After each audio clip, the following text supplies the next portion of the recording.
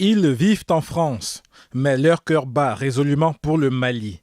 L'élection présidentielle d'août 2013 a montré un attachement passionné des Maliens de France au retour à l'ordre démocratique dans leur pays d'origine. Le Mali se relève péniblement de 18 mois de guerre contre une rébellion armée déclenchée dans le nord du pays et qui n'a été stoppée que grâce à l'intervention de la France.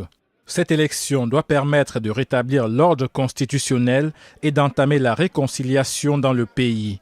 Le premier tour a connu une inflation de candidatures avec 27 compétiteurs.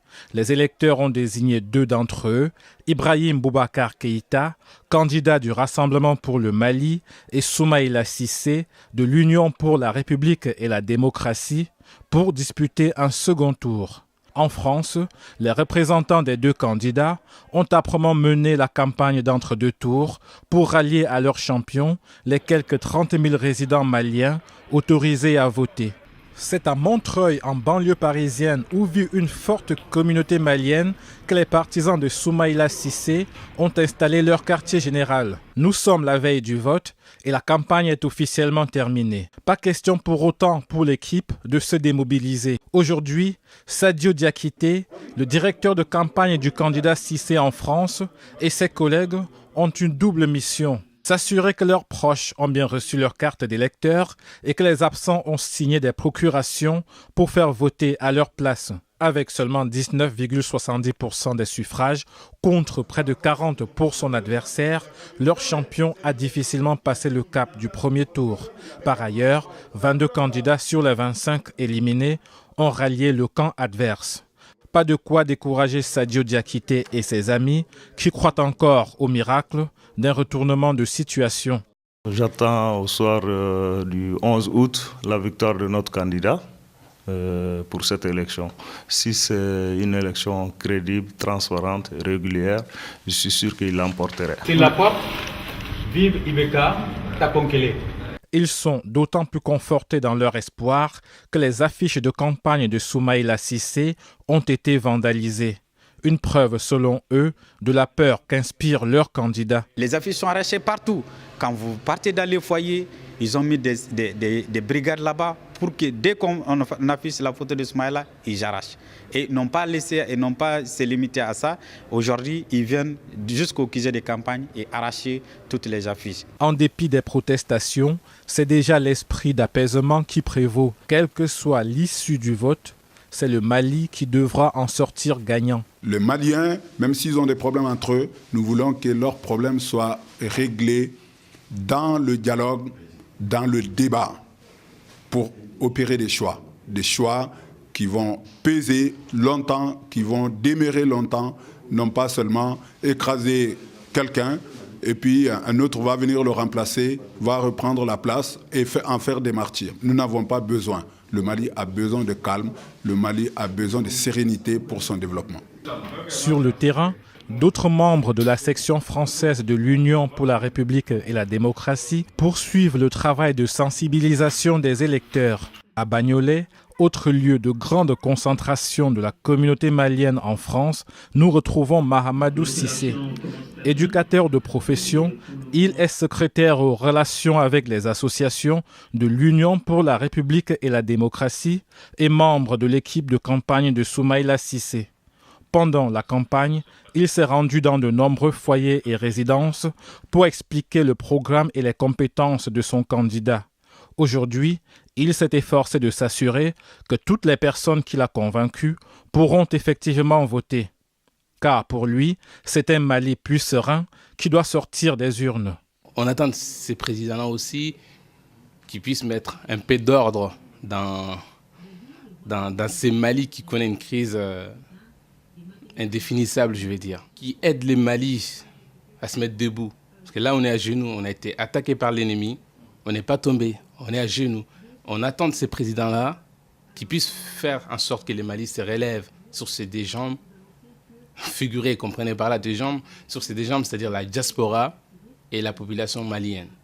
C'est un président rassembleur, en effet. À quelques encablures de là, la rue Bara, célèbre pour abriter l'un des tout premiers foyers maliens en France. le lieu concentre les problèmes sociaux et les caméras de télévision sont rarement le bienvenu. Cependant, nous rencontrons Madou Fofana, immigré de longue date. Il a créé une association pour aider les jeunes Maliens en difficulté dans le quartier. Fervent supporter d'Ibrahim Boubacar Keïta, il est là aujourd'hui pour une ultime mobilisation de ses troupes en vue de l'élection du lendemain. Pour lui, l'affaire est pliée, plus de doute, ce sera Ibrahim Boubacar Keïta. La majorité des Maliens pensent que IBK est l'homme de job sur le job parce qu'il est quelqu'un qui a fait ses traces depuis des années passées, qu'il était responsable pendant 6 ans au Premier ministre. Donc on lui fait confiance. On croit qu'il peut essayer de nous s'en sortir dans ce problème. C'est le jour du vote. Installée dans le 6e arrondissement de Paris, l'ambassade du Mali abrite 16 des 106 bureaux de vote ouverts en France. L'affluence commence dès l'ouverture. Numéro 14, il faut aller là-bas. Tu auras le numéro 14 là. Tu regardes à droite au fond. De nombreux volontaires veillent sur le bon déroulement du scrutin. La bonne volonté de ces bénévoles est cependant insuffisante pour faire face à tous les problèmes. Donner des cartes, il faut attendre. Ni votre banat, mamna consulat là, où est boulot il a quoi. Carte bébé dire. Non, toi tu es là. Il faut pas dire toi tu es là.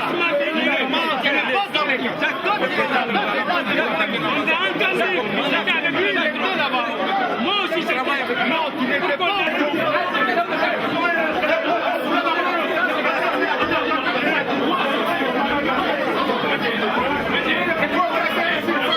Plusieurs électeurs se plaignent de ne pas retrouver leur carte de vote.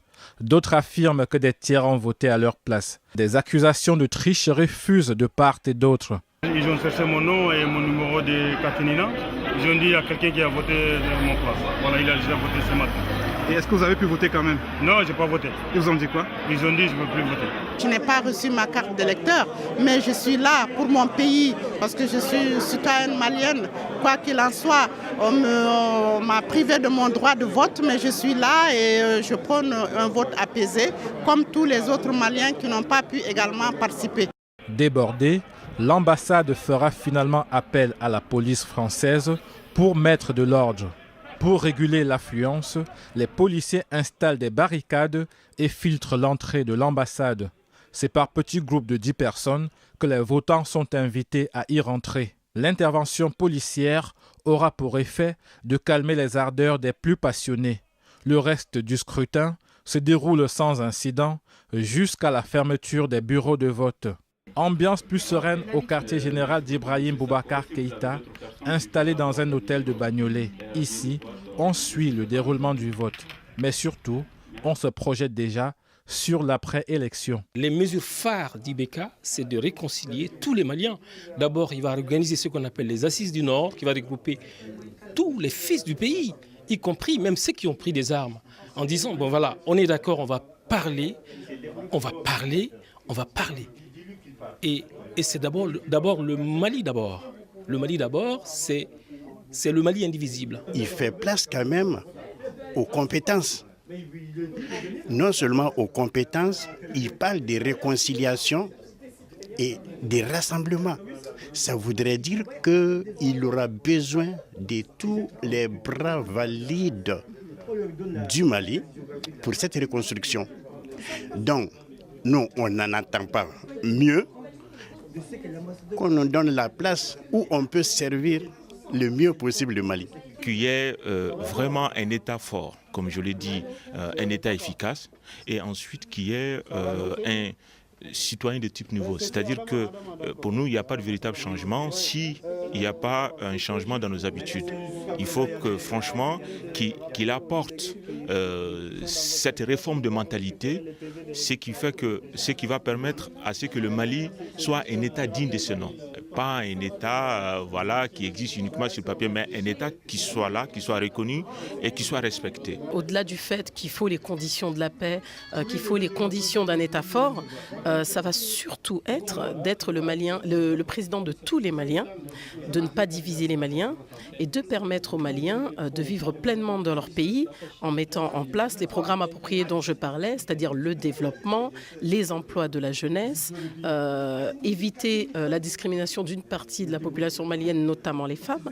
Donc ça, ce sont des choses novatrices que nous attendons du candidat. Sans surprise, les premières tendances donnent Ibrahim Boubacar Keïta vainqueur avec une large avance sur son challenger. Avant même la proclamation officielle des résultats, Soumaïla Cissé a reconnu sa défaite et s'est rendu au domicile de son adversaire à Bamako pour le féliciter. Âgé de 68 ans et après 2 tentatives électorales infructueuses, l'ancien Premier ministre Ibrahim Boubacar Keïta devient le 8e président du Mali, élu avec 77,61% des suffrages exprimés. Il sera investi dans ses fonctions le 19 septembre.